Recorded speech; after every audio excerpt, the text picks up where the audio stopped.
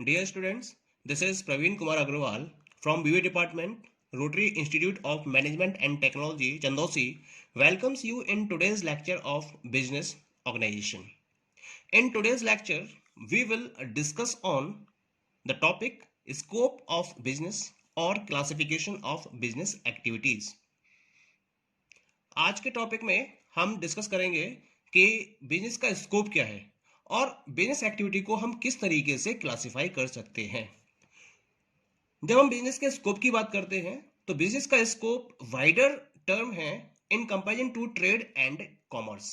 हम एक term trade and commerce भी स्टडी करते हैं, लेकिन बिजनेस का जो स्कोप है वो ट्रेड एंड कॉमर्स से वाइडर है। ट्रेड क्या है? ट्रेड कॉमर्स की एक ब्रांच है।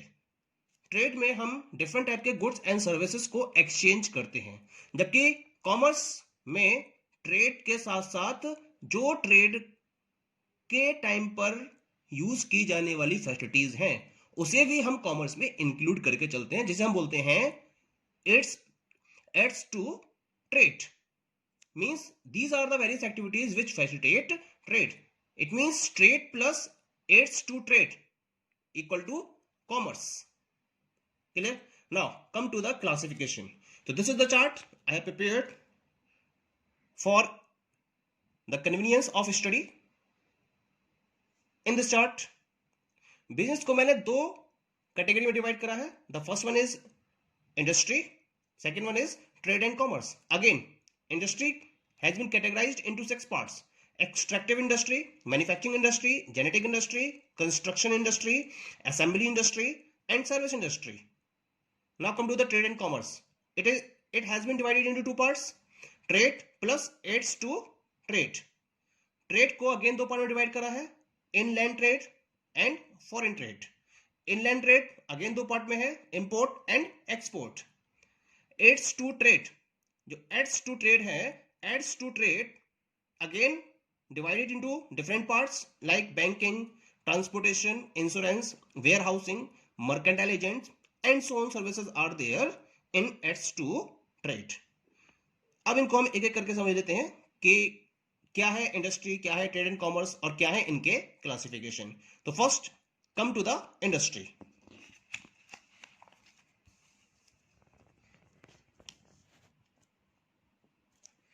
क्या मतलब है इंडस्ट्री का? इंडस्ट्री का मतलब होता है that is the collection of firms. किसी पर्टिकुलर एक प्रोडक्ट को प्रोड्यूस करने वाली जितनी भी फर्म्स हैं उनका जो एक कलेक्शन होता है that is known as the industry. यानी कि एक पर्टिकुलर इंडस्ट्री में हम एक पर्टिकुलर टाइप के प्रोडक्ट को प्रोड्यूस कर रहे होते हैं. Clear? The word industry refers to that part of business activities which is apprehensive with the extraction, production or fabrication of products. यानी कुल मिला के इंडस्ट्री में हम या तो प्रोडक्ट का एक्सट्रैक्शन कर रहे होते हैं, प्रोडक्ट को एक्सट्रैक्शन के थ्रू ऑब्टेन कर रहे होते हैं, या फिर प्रोडक्शन के थ्रू ऑब्टेन कर रहे होते हैं, या फिर हम उसको फैब्रिकेशन के थ्रू ऑब्टेन कर रहे होते हैं.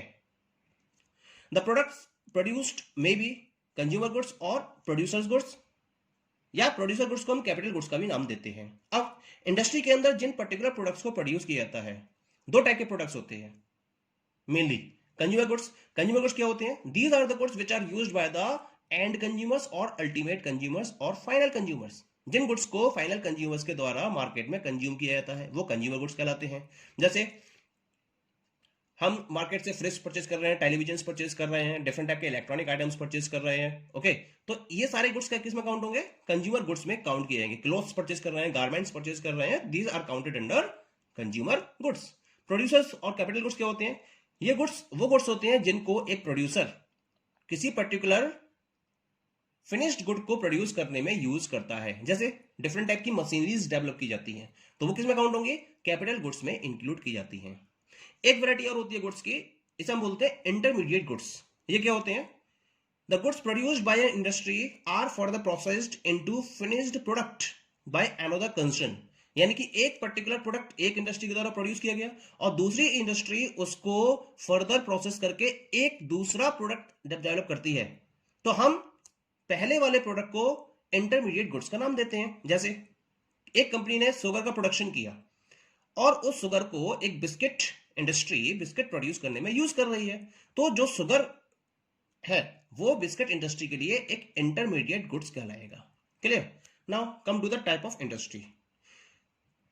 टाइप ऑफ इंडस्ट्री में मैंने 6 पार्ट में डिवाइड किया था, इनको अब एक्सप्लेन कर लेते हैं कि क्या क्या है इंडस्ट्री। सबसे पहले इंडस्ट्री आती है that is the extractive industry. Extractive का मतलब क्या होता है?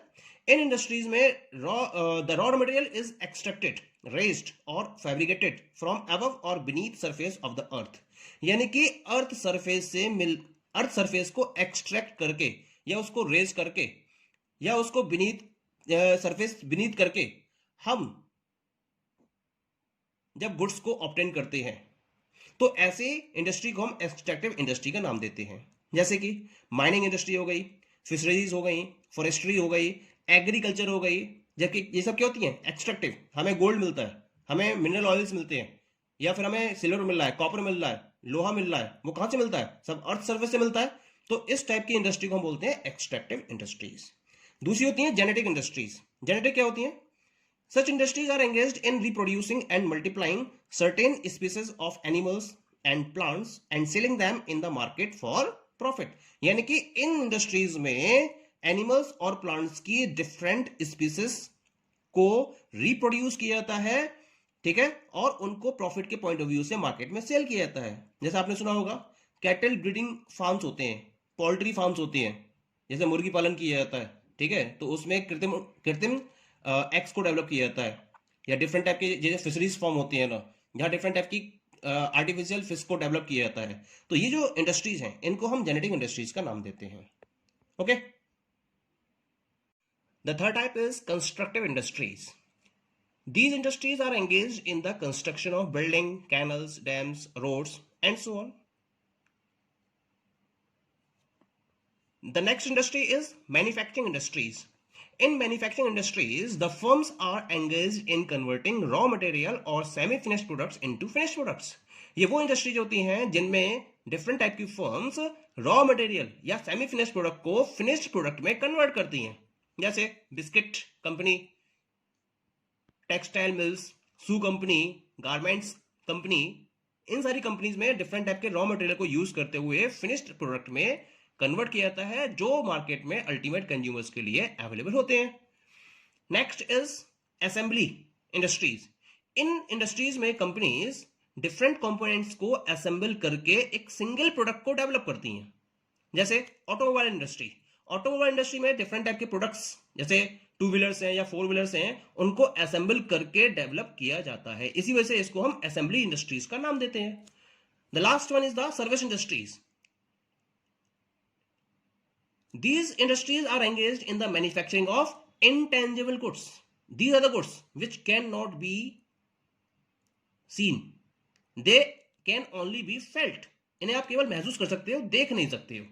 जैसे the services of professionals like doctors, lawyers, teachers, इन सबकी जो सर्विसेज हैं ये किसमें काउंट होंगे? सर्विस इंडस्ट्रीज में काउंट की जाएंगी। Clear? Now we come to the second classification of business. Second classification is trade and commerce. Trade and commerce. This particular part of business is concerned with the buying and selling of goods. It includes the activities connected to the transfer of goods from producer to the ultimate consumer. जब हम buying और selling of goods की activity में involve होते हैं और उन goods को फाइनल कंज्यूमर्स तक या अल्टीमेट कंज्यूमर्स तक पहुंचाने के लिए हम डिफरेंट एक्टिविटीज को परफॉर्म करते हैं, तो ये सारी एक्टिविटीज ट्रेड एंड कॉमर्स में इंक्लूड की जाती हैं। ट्रेड एंड कॉमर्स का पहला पार्ट है दैट इज ट्रेड। ट्रेड क्या है? ट्रेडिंग का मतलब होता है गुड्स और सर्विसेज को बाई करना और सेल करना। तो वो companies, this is the process of buying and selling of goods among buyers and sellers.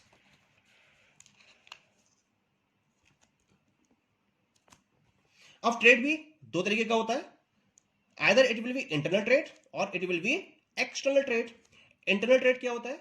जब गुड्स की बाइंग एंड सेलिंग फॉलो की जाती है within the age of the country और within the boundary of the company, यानी किसी भी country की बाउंड्री के अंदर जब गुड्स को परचेजिंग और सेलिंग की जाती है तो उसको हम बोलते हैं इंटरनल ट्रेड। ये दो टाइप का होता है, होलसेल ट्रेड, रिटेल ट्रेड। यानी कि जब गुड्स ज्यादा क्वांटिटी में परचेज किए जाते हैं बाय अ सिंगल पर्सन और बाय अ सिंगल फर्म, और ज्यादा क्वांटिटी में सेल किए जाते हैं, तो हम उसको बोलते हैं इंटरनल ट्रेड, होलसेल ट्रेड। और रिटेल ट्रेड क्या होती है? रिटेल ट्रेड में हम गुड्स को कम क्वांटिटी में परचेज करते हैं और कम क्वांटिटी में सेल करते हैं। जैसे जब आप मार्केट में गुड्स को परचेज करने जाते हो तो रिटेल आउटलेट से या रिटेल शॉप से गुड्स को परचेज करते हो। Okay, next one is external trade. External का मतलब क्या होता है? जब दो कंट्रीज के बीच में गुड्स को परचेज और सेल किया जाता है तो उसे हम बोलते हैं एक्सटर्नल ट्रेड। ये दो टाइप की होती है, इंपोर्ट ट्रेड और एक्सपोर्ट ट्रेड। इंपोर्ट का मतलब क्या होता है? गुड्स को परचेज करना, इंपोर्ट ट्रेड कहलाता है। और जब आप गुड्स को किसी दूसरी कंट्री को सेल करते हो तो वो आपका एक्सपोर्ट ट्रेड कहलाता है। फॉर एग्जाम्पल, इंडिया ने जापान से गुड्स को इंपोर्ट किया। इंपोर्ट का मतलब जापान में बनने वाले गुड्स को जब इंडिया परचेज करेगा तो इंडिया के लिए वो इंपोर्ट ट्रेड कहलाएगा, और जापान के लिए वो एक्सपोर्ट ट्रेड कराएगा, क्योंकि जापान क्या कर रहा है? इंडिया को गुड्स सेल कर रहा है। Clear? Now come to the second part of trade and commerce, that is aids to trade.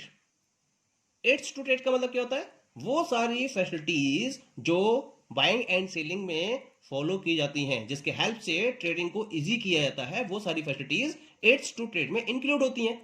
These activities help in purchase of goods and services.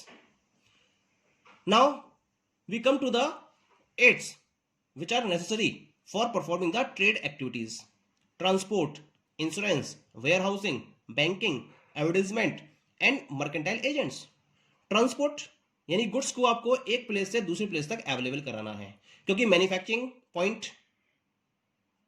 एक पर्टिकुलर प्लेस पर अवेलेबल होता है और उस पर्टिकुलर प्लेस से डिफरेंट डिफरेंट पॉइंट्स पर goods को available कराना होता है। तो ट्रांसपोर्टेशन फैसिलिटीज के थ्रू ही आप ऐसा कर सकते हो। रेलवे हो सकता है, बस हो सकता है, कंपनी की खुद की ट्रांसपोर्ट फैसिलिटी हो सकती है, ट्रक्स हो सकते हैं जिनके थ्रू गुड्स को ट्रांसपोर्ट किया जाता है।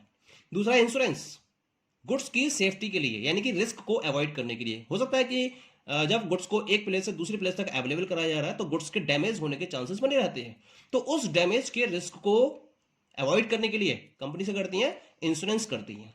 और इंश्योरेंस में एक प्रीमियम अमाउंट होती है जो कंपनीज को भरनी होती है, और उसके हेल्प से कंपनी अपने रिस्क को अवॉइड करती है। Third one is warehousing. अगर कंपनी गुड्स को एक्सेस क्वांटिटी में डेवलप कर लेती है या प्रोड्यूस कर लेती है, तो जो एक्सेस क्वांटिटी है जो मार्केट में सेल नहीं होती हैं, उनको सेफ रखने के लिए वेयर हाउसेस डेवलप किए जाते हैं, जहां गुड्स सेफ्टी से रखे जा सकते हैं, क्योंकि वहां सेफ्टी के सारे अरेंजमेंट किए जाते हैं। Next one is banking. पैसे का लेन देन करना है, अमाउंट का लेन देन करना है, तो उसके लिए बैंकिंग फैसिलिटीज को फॉलो किया जाता है। एडवर्टीजमेंट, गुड्स की इंफॉर्मेशन कंज्यूमर्स तक अवेलेबल करानी है या प्रॉपर्ली कम्युनिकेट करना है कंज्यूमर से, जिससे कि इजिली आप अपने प्रोडक्ट्स को मार्केट में सेल कर सको, तो उसके लिए हम एडवर्टीजमेंट फैसिलिटीज का यूज करते हैं। Next one is mercantile agents. Mercantile agents जैसे आप डायरेक्टली कंज्यूमर्स तक तो गुड्स को सेल कर नहीं सकते, इसके लिए आप मार्केट में डिफरेंट टाइप के एजेंट्स की हेल्प लेते हो। होलसेलर्स हैं, डिस्ट्रीब्यूटर्स हैं, C&F एजेंट्स हैं, जिनके थ्रू गुड्स को आप अल्टीमेट कंज्यूमर्स तक अवेलेबल कराते हो। तो ये सारी फैसिलिटीज हैं जो एड्स टू ट्रेड में इंक्लूड की जाती हैं। Okay, thank you.